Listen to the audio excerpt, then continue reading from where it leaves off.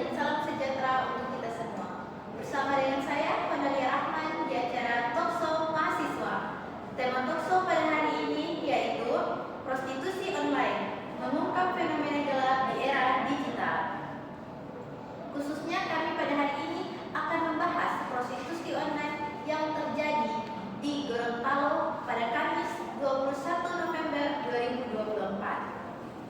Polisi membongkar sindikat prostitusi online yang menjajankan gadis remaja berusia 18 tahun terhadap 10 pria hidung belang dengan tarif berkisar 300 sampai 500 rupiah sekali kencan yang berada di Kabupaten Gorontalo, Provinsi Gorontalo. Enam mucikari ditangkap dan ditetapkan sebagai tersangka kasus tindakan pidana perdagangan orang atau TPPO.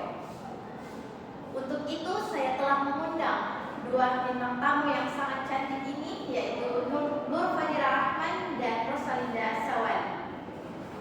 Visi dari kedua narasumber, yang pertama Nur Fadila, bersekolah dasar di SDN 14 Limboto Barat, menempuh pendidikan SMP Negeri 2 Limboto dan bersekolah SMK Negeri 1 Limboto. Selanjutnya visi dari Rosalinda Sawali, bersekolah dasar di SDN Impres 7 Luwu, menempuh pendidikan SMP di SMP Negeri 1 Luwu dan bersekolah di SMK Negeri 1 Luwu. Dan sekarang mereka merupakan mahasiswa aktif di Universitas Negeri Gorontalo jurusan akuntansi. Apa kabar Nur Fadila dan Rosalinda pada hari ini? Yang kami baik, Alhamdulillah sangat baik ya. Oke, terkait pembahasan kita pada hari ini tentang prostitusi online, fenomena gelap di era digital yang terjadi di Gorontalo. Untuk itu, apa tanggapan dari kalian berdua tentang kasus yang tengah viral ini? Kepada Nur Fadila terlebih dahulu saya persilahkan. Jadi seperti kita ketahui bersama bahwa kasus ini masih menjadi perbincangan hangat di masyarakat. Kasus di mana polisi mengungkap prostitusi online yang terjadi di Kabupaten Gorontalo. Jadi ini merupakan gambaran nyata dari bahaya eksploitasi terhadap perempuan dan penyalahgunaan media sosial. Jadi kejahatan ini sangat berdampak kepada remaja karena usianya masih 18 tahun. Dan ini juga akan berdampak kepada masa depannya karena ia masih bahkan remaja dan jalannya masih panjang. Berdampak kebanyakan ini di remaja ya. Iya. Karena di 18 tahun itu masih termasuk remaja. Hanya sebagai korbannya, mahasiswa pula ya. iya, korbannya di sini masih berusia 18 tahun. Di era sekarang yang semua menggunakan teknologi atau media sosial, itu salah satu dampaknya pula ya. Iya. Jadi tindakan pidana prostitusi perdagangan orang ini merupakan harus ditindaklanjuti dan adanya hukum yang jelas, penegakan hukum yang jelas dan solusinya. Solusi ya, Iya. solusi yang harus diterapkan. Iya, iya. Oke, selanjutnya tanggapan dari Rosalinda terhadap kasus ini bagaimana? Kepada Rosalinda saya persilahkan. Tanggapan saya terhadap kasus ini yang berhasil membongkar sindikasi prostitusi online yang ada di Gorontalo melibatkan 6 penangkap mucikari. Kasus ini menegaskan pentingnya sinergi antara aparat kepolisian, teknologi dan masyarakat dalam mengelompokkan dan menghentikan praktik prostitusi online yang sedang canggih dan sulit dilacak. Oke, jadi masyarakat mempunyai peran pula ya dalam menghentikan salah satu kasus ini. Untuk itu saya ingin bertanya kepada Nur Fadila, apakah ada undang-undang yang mengatur tentang prostitusi online ini? Meskipun di Indonesia belum ada undang-undang yang mengatur secara spesifik mengenai prostitusi online, namun ada beberapa tindakan-tindakan yang berhubungan dengan prostitusi online. Tentunya ada Undang-Undang Nomor 21 Tahun 2007 tentang tindak pidana perdagangan orang. Jadi undang-undang ini melanggar segala perdagangan orang yang bertujuan untuk eksploitasi seksual.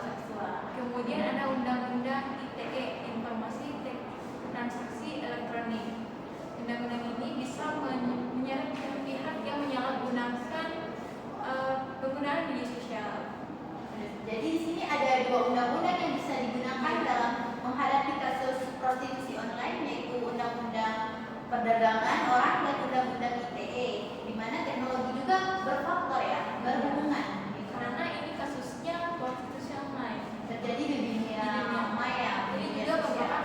berdampak negatif dari teknologi.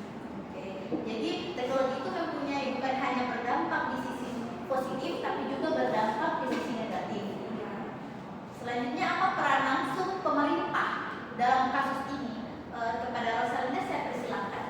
Peran penting dalam mengatasi kasus-kasus yang ada saat ini perlu adanya pendidikan dan kesadaran masyarakat terhadap bahaya prostitusi online dan bagaimana cara melindungi diri dari potensi eksploitasi. Dan ada juga beberapa pihak peran penting dalam mengatasi kasus ini. Yang pertama adalah pihak kepolisian dan penegakan hukum, yang kedua pemerintah pembuat kebijakan. Jadi di sini ada dua peran yang disebutkan tadi, yaitu dari kepolisian dan pemerintah, di mana ini mereka berjalan sesuai hukum yang ada di Indonesia. Apakah hanya ada peran kepolisian ataupun pemerintah? Apakah ada lagi peran-peran yang bisa mendukung untuk memperbaiki atau mencegah kasus-kasus tersebut? Bagaimana tanggapannya? Dari saya ada peran dari orang tua, Dari keluarga. ya, tentunya edukasi kita terhadap anak dimulai dari usia dini, supaya ini bisa menjaga anak dari hal-hal yang tidak diinginkan. Didik Ya. dari dini ya. Ya. Kemudian dari peran teman, kita harus memilih teman yang baik, tapi bukan memilih teman. Bukan memilih teman ya, teman-teman. Iya, kita harus memilih lingkungan pertemanan yang baik yang bisa memberikan energi positif terhadap kita. Iya, sebaliknya ya, kita harus memberikan energi positif kepada teman-teman kita. Iya. Saling melengkapi begitu ya, Rosalinda. Oke, selanjutnya apa solusi dari kalian terhadap kasus yang tengah viral ini? Dari Nur Fadila, kira-kira bagaimana solusinya? Oke, dari saya yang pertama itu ada penegasan hukum yang tegas. Jadi yang tindakan kejahatan ini harus adanya tindakan hukum yang tegas, supaya ada efek jera dari pelaku. Ya, kemudian ada edukasi kepada masyarakat, tapi terhadap remaja dan orang tua. Jadi kepada remaja seperti kita penting untuk menerima edukasi seperti edukasi tentang penyebaran penyakit menular seksual yang sedang marak, yaitu HIV dan AIDS. Itu penyakit yang mungkin sampai sekarang kalau saya tidak salah belum ada obatnya. Iya, jadi itu sangat marak sekarang dan kita sebagai remaja harus menghindari dari hal-hal seperti itu. Jadi edukasinya bukan hanya terhadap remaja atau terhadap anak-anak, tetapi terhadap orang tua diperlukan edukasi ya. Ya, karena dari orang tua juga harus mendidik anak supaya terhindar dari ancaman yang sedang terjadi ini. Jadi pendidikan awal kita itu dari keluarga. Jadi sikap kita tuh mencerminkan apa yang diajarkan dari keluarga kita. Begitu. Kemudian ada kolaborasi antar instansi.